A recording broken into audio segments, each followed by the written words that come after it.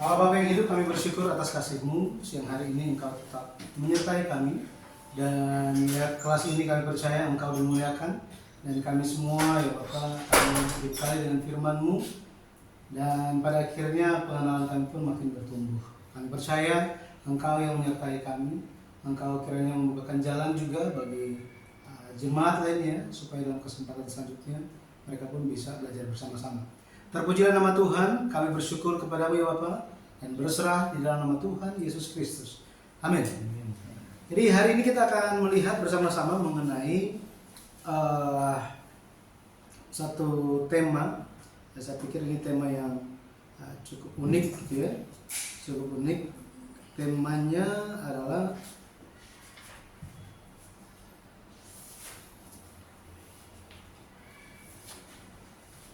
ini temanya.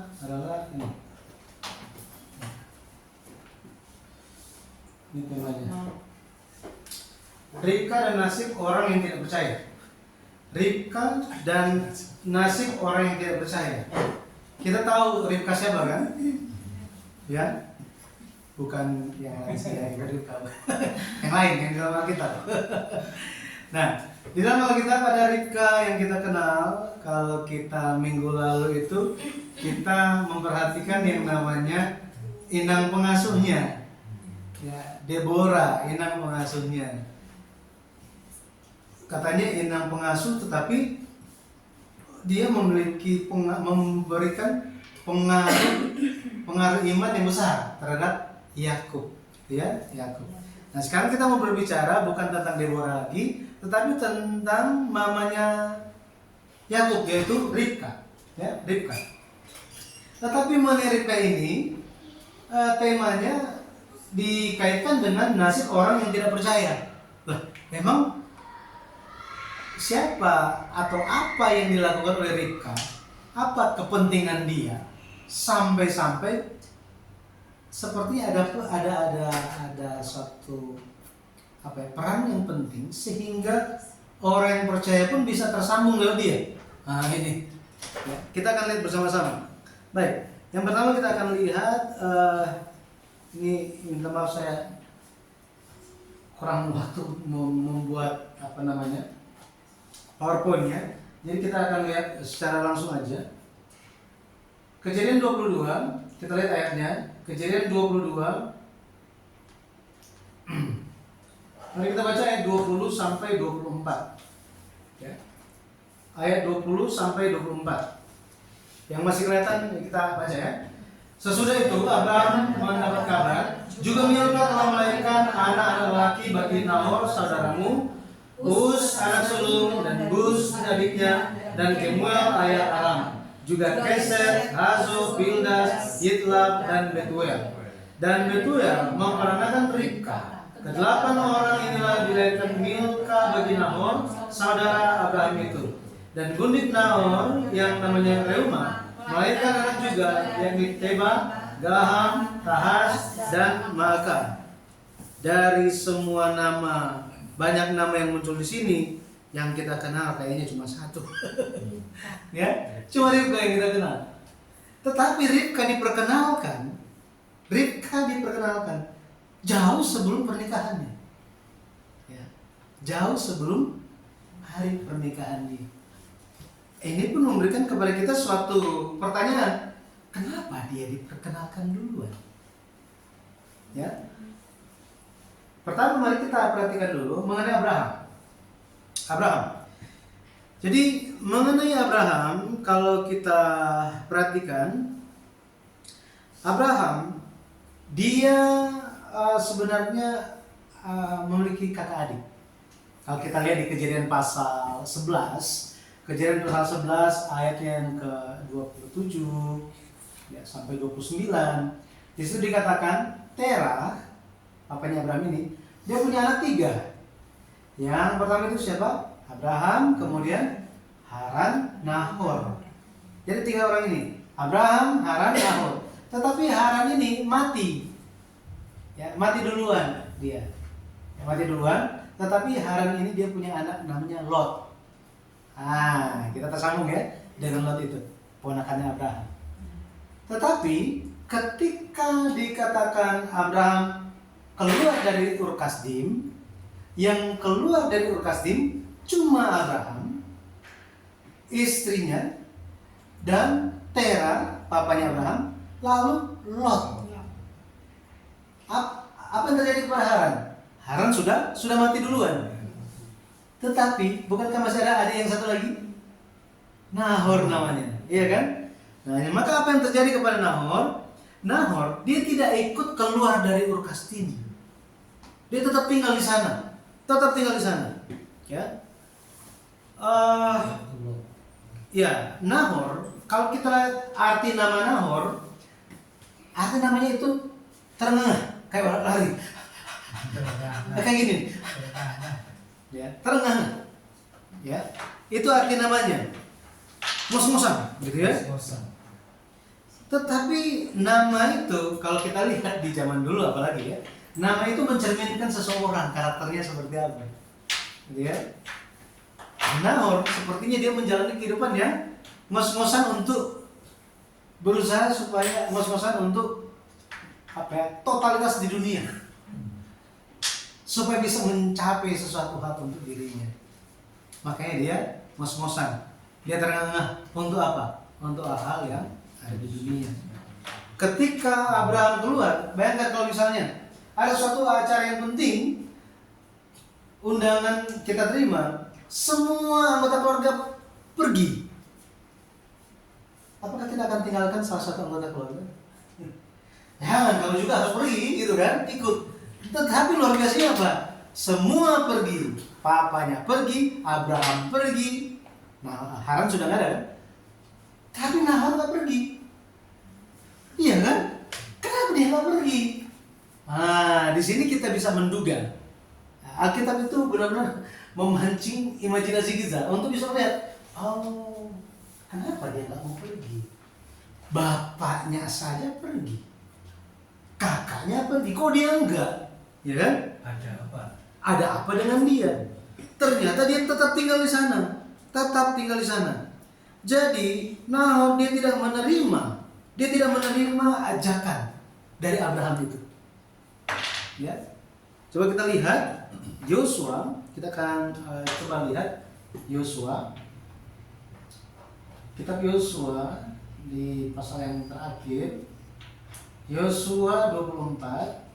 Coba kita lihat ayatnya yang kedua.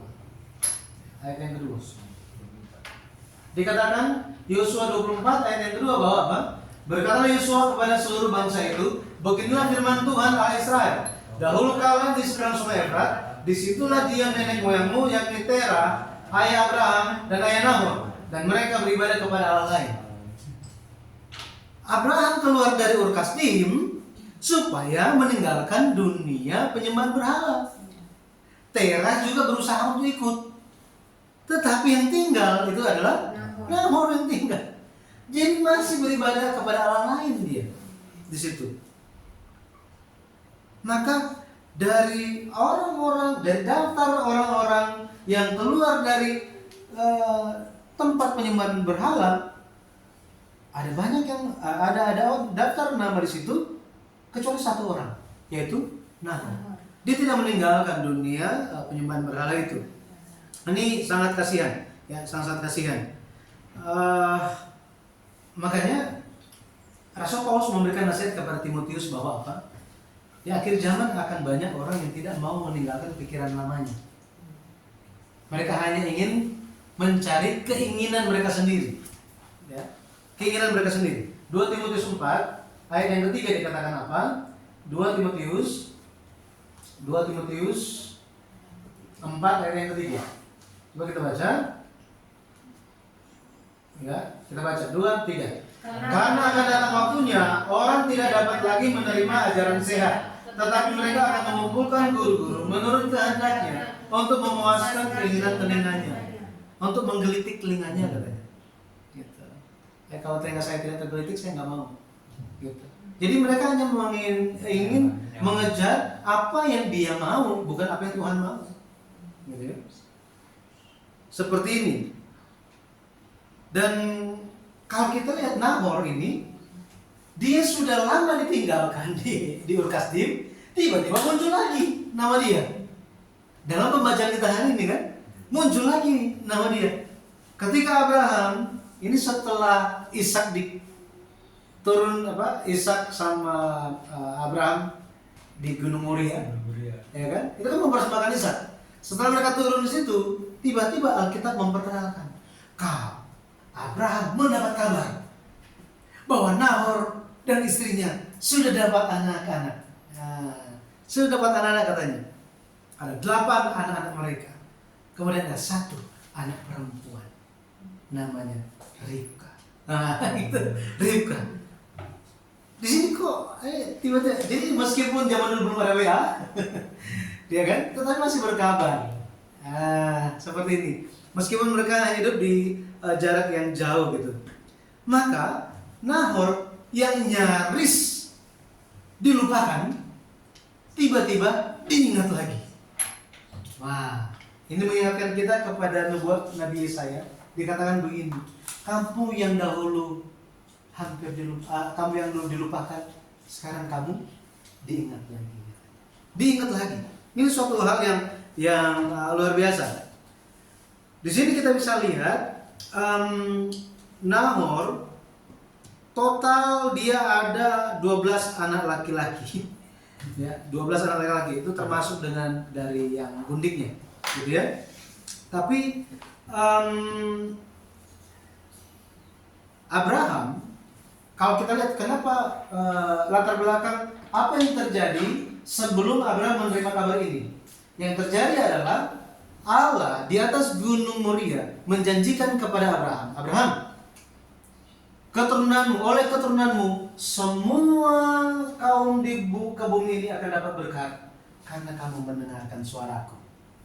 Nah, jadi dikatakan bahwa lewat keturunan Abraham seluruh bumi akan dapat berkat. Sekarang kalau kita berpikir, Abraham lagi berpikir waktu itu apa? Oke, bumi ini akan dapat berkat lewat keturunan saya. Saya ada keturunan siapa? Ishak kan? Tetapi Ishak belum menikah. Ishak belum menikah. Maka bagaimana caranya? Nah, ketika di saat yang seperti itu dia dapat kabar, saudara kamu itu sudah dapat anak, salah satunya adalah Ribka. Ini diberitahukan kepada Abraham, gitu ya, kepada Abraham. Nah, dari sini kita tahu ayat 23 mencatat kematian dari Sarah. Ya, Sarah mati.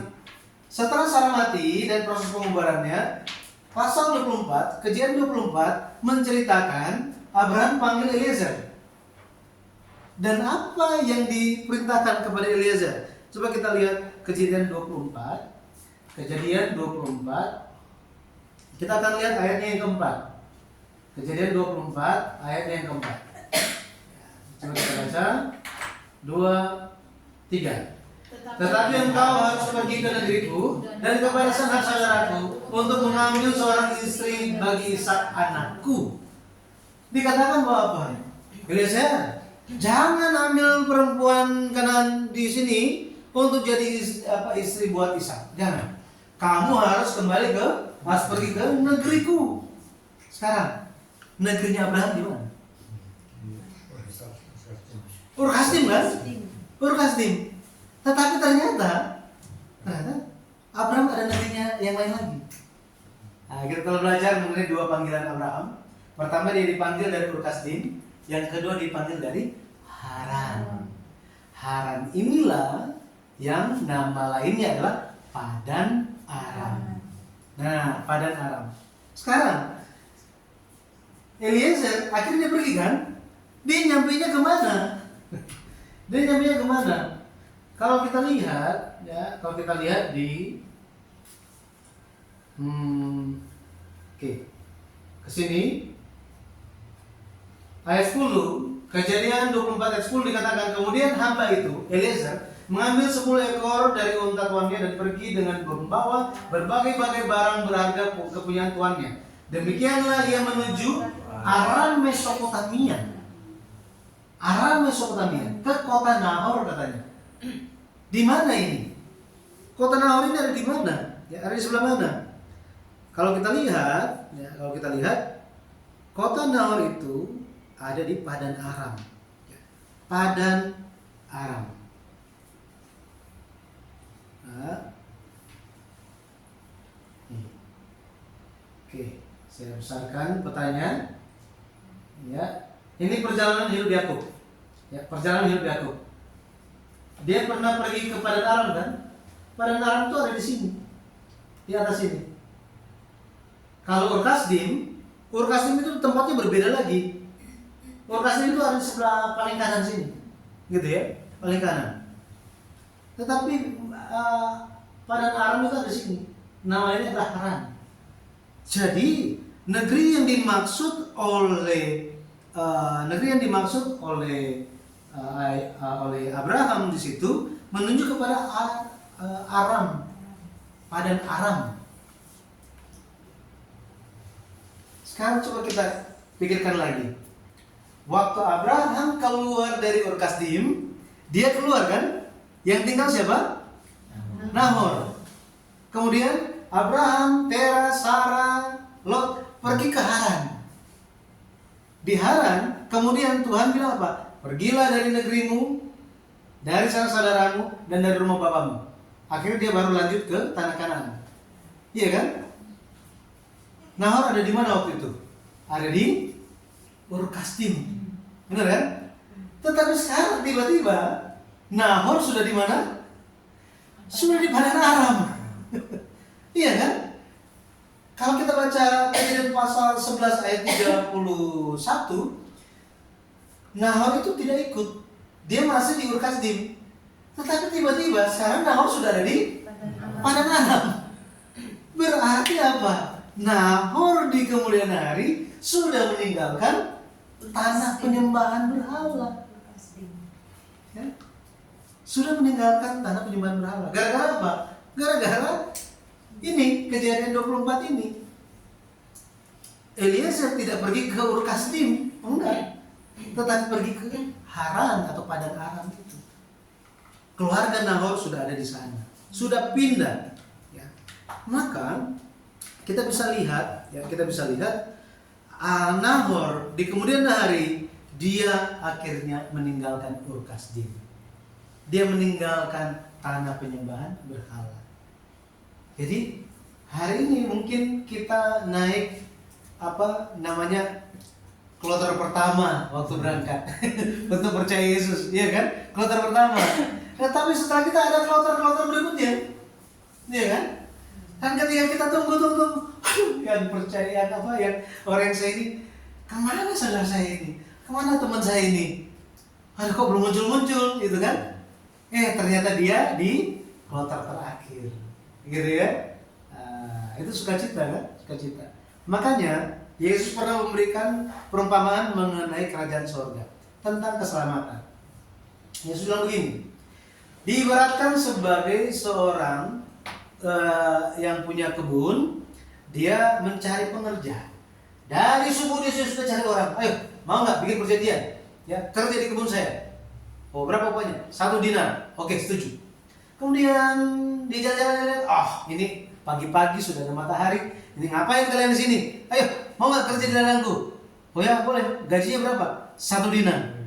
Siang juga sama, sore juga sama. Hampir matahari terbenam.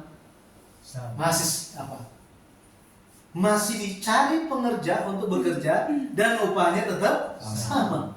Ketika tiba gajian, mulai kasih gaji kan? Yang komplain yang mana? Yang pagi, yang subuh-subuh. Kita udah dari awal, udah capek-capek kerja seharian, sama upahnya. Apa maksudnya di sini? Bukankah Tuhan akan membalas setiap orang sesuai dengan perbuatannya? Kok ini sama semua? Kita perlu mengerti bahwa perumpamaan yang Yesus sampaikan itu berbicara mengenai apa? Bicara mengenai upah keselamatan. Adam ketika dia bertobat, upahnya tetap 1 dirham. Abraham upahnya tetap 1 dirham. Iya kan? Rasul Paulus upahnya 1 dirham. Kita hari ini pun upahnya 1 dirham. Dan 1 dirham itu menunjuk kepada apa? Keselamatan. Bahwa keselamatan untuk semua orang. Oh, gara-gara dia paling lama, paling pertama-tama di gereja, terus dia yang paling hebat. Enggak kan? Tuhan lihatnya sama. Itulah Tuhan kita. Keadilannya luar biasa. Dikagumi oleh semuanya. Keadilannya. Jadi, apa yang sama? 1 dirham itu menunjuk kepada apa? Upah keselamatan. Nah, ini bukan bicara mengenai gajiannya ya. Ya. Ada yang dibalaskan secara pribadi. Ya. Jadi Nahor ini di Padang Aram tidak diketahui kapan gitu, terus berangkatnya sendiri kapan? Tidak diketahui. Tidak diketahui. Hanya diketahui tiba-tiba, loh, dia sudah pindah. Nah ini, dia sudah pindah ternyata. Ya. Dia pergi sendiri ya. Dia pergi sendiri. Ya, dia mengikuti jejak siapa? Jejak Abraham, kakak dia. Ya. Kalau kita lihat catatan-catatan buku referensi kuno, itu Abraham memang dia sudah tampil beda dari antara 3 orang bersaudara ini. Jadi Abraham, Haran, Nahor. Abraham yang paling berbeda. Ya, dia selalu mau cari tahu Tuhan itu siapa sih?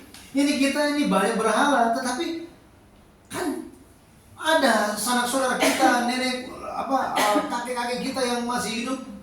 Kan Abraham, Nuh masih hidup semasa dengan Abraham 58 tahun. Generasi ke-10 dari Adam dan generasi ke-20 Abraham ini, Nuh dan Abraham masih hidup semasa 58 tahun. Nah, pada akhirnya kita bisa lihat pengaruh iman Abraham itu bahkan apa? Sampai kepada adik dia. Pengaruh imannya, iya kan? Benar-benar imannya hidup kayak lagu tadi itu. Ya, imannya hidup. Nahor dia ingat dan itulah yang menjadi kasih karunia yang menggerakkan hati dia. Makanya sebelum tiba di garis finish selalu ada harapan. Iya kan? Selalu ada harapan.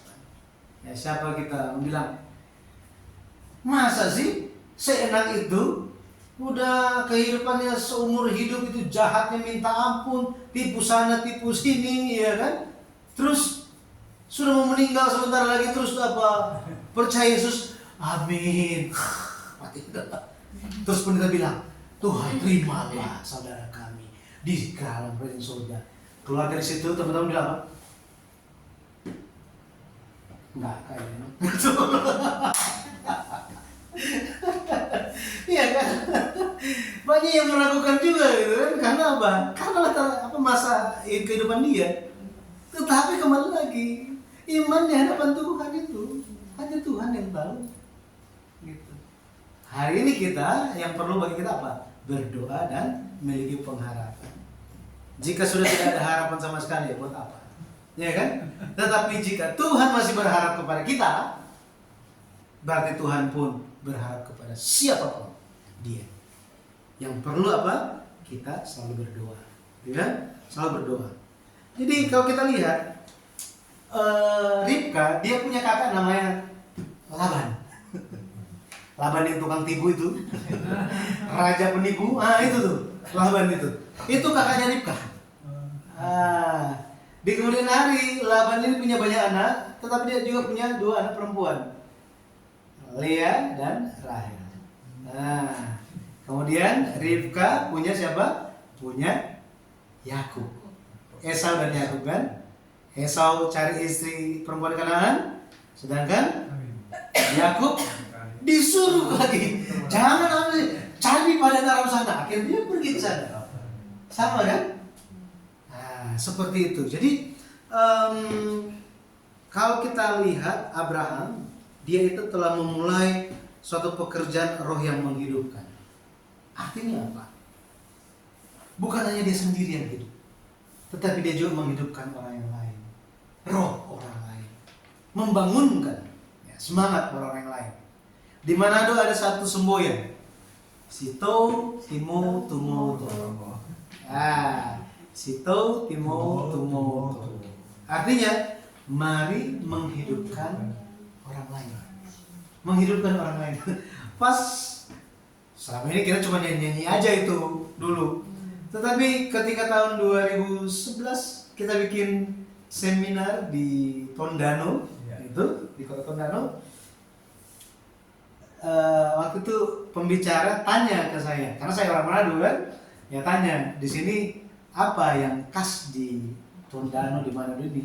Saya bilang ada semboyan orang Manado itu namanya Sito Tumo Tumo To. Artinya apa? Ya mari saling menghidupkan orang lain. Pembicara waktu itu bilang, oh ya, ada seperti itu. Waduh, bagus sekali itu. Itulah pekerjaan yang harus dijalankan. Yang harus dijalankan. Dan Abraham telah jalankan itu. Ya, Abraham telah jalankan hal itu. Dan ini pun menjadi tugas kita. Ya, tugas kita. Kalau kita lihat mengenai Ribka, arti namanya itu cantolan, pengait, pengait. Ya, itu arti nama Ribka, pengait. Pengait itu buat apa ya? Supaya bisa ini kan? Terhubung kan? Supaya bisa terhubung kan? Gate, ya, bahasa Manado. Supaya bisa dikaitkan. Ya, bisa nyantol, bisa nempel, bisa ada hubungan. Arti nama Ribka itu. Nah, dengan Ribka masuk ke dalam keluarga Abraham, kan papa kan? Papa mantu kan? Papa mertua. Jadi ketika dia masuk ke dalam keluarga Abraham, disitulah fungsinya Ribka. Dia menjadi pengait. Nah, pengait. Untuk mengaitkan apa? Mengaitkan kaum keluarganya yang belum percaya. Supaya lewat dia mereka pun bisa percaya. Di kemudian hari, ya kan? Laban meskipun tukang tipu, jahatnya minta ampun, dia kejar-kejar Yakub. Akhirnya dia bilang apa? Yakub, tadi malam Tuhannya kamu itu menampakkan diri ke dalam mimpi saya. Saya sangat ketakutan. Tuhan kamu bilang kepada saya, jangan ngomelin ya. Gak boleh ngomong kasar, ngomong baik-baik. Kalau enggak, awas gitu. Langsung ketakutan dia. Iya kan? Jadi saat itu pun meskipun hanya singkat, Laban menjadi takut Tuhan. Iya kan? Anak-anaknya pada akhirnya lewat Lea, Rahel, dan juga lewat Zilpa, Bilha. Apa yang terjadi? Fondasi kerajaan Israel didirikan lewat 12 anak Yakub. Hebat ya? Maka suatu fungsi yang sepertinya ya menikah ya sudahlah gitu. Tetapi ternyata nggak begitu. Ribka dia menjadi pengait bagi orang-orang yang tidak percaya, yang belum percaya. Hari ini pun kiranya kita bisa menerima tugas yang sama. Kita lihat ayat terakhir kita, 1 Korintus 15. 1 Korintus 15, kita akan baca ayat yang ke-45. 45. Kita lihat ayat 45. Kita lihat sama-sama 2, 3. Seperti ada tertulis, manusia pertama Adam menjadi makhluk yang hidup, tetapi Adam yang akhir menjadi roh yang menghidupkan. Yesus, dia menjadi roh yang menghidupkan. Menghidupkan siapa? Kita semua. Ya, menghidupkan dunia. Makanya di dalam Yesus ada pengharapan. Ada pengharapan. Haleluya. Kiranya kita bisa menjalankan kehidupan yang menghidupkan orang yang lain. Ya, lewat pemahaman kita akan firman Tuhan. Tuhan Yesus memberkati. Baik. Nggak banyak pembahasannya tentang Ribka, tentang pengait. Pengait. Ternyata penting ya. Ada yang salah paham, mereka bilang Ribka itu kan Yakub sebenarnya nggak mau ngapa-ngapain. Gara-gara Ribka makanya Yakub bohongin papanya. Tetapi Ribka, kalau kita lihat, dia tetap mengarah kepada janji Tuhan itu. Ishak ngapain? Ishak terbuai kepada Esau. Tetapi Ribka, dia bukan sayang Yakub bukan karena dia beda-beda, membedakan kasihnya, bukan. Tetapi karena sejak dua anak kembar itu di dalam perutnya, Tuhan sudah kasih tahu yang akan jadi yang sulung yang mana, yang menjadi pemimpin yang mana. Firman Tuhan sudah dinyatakan dan dia pegang itu Ribka. Tetapi Ishak lupa. Ya, itu terjadi. Ya, kita sampai di sini. Ada yang mau disampaikan? Silakan.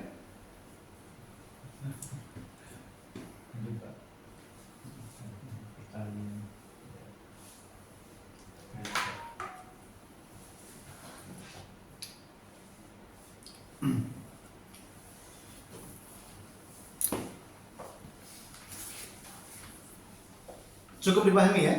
Cukup dipahami. Baik.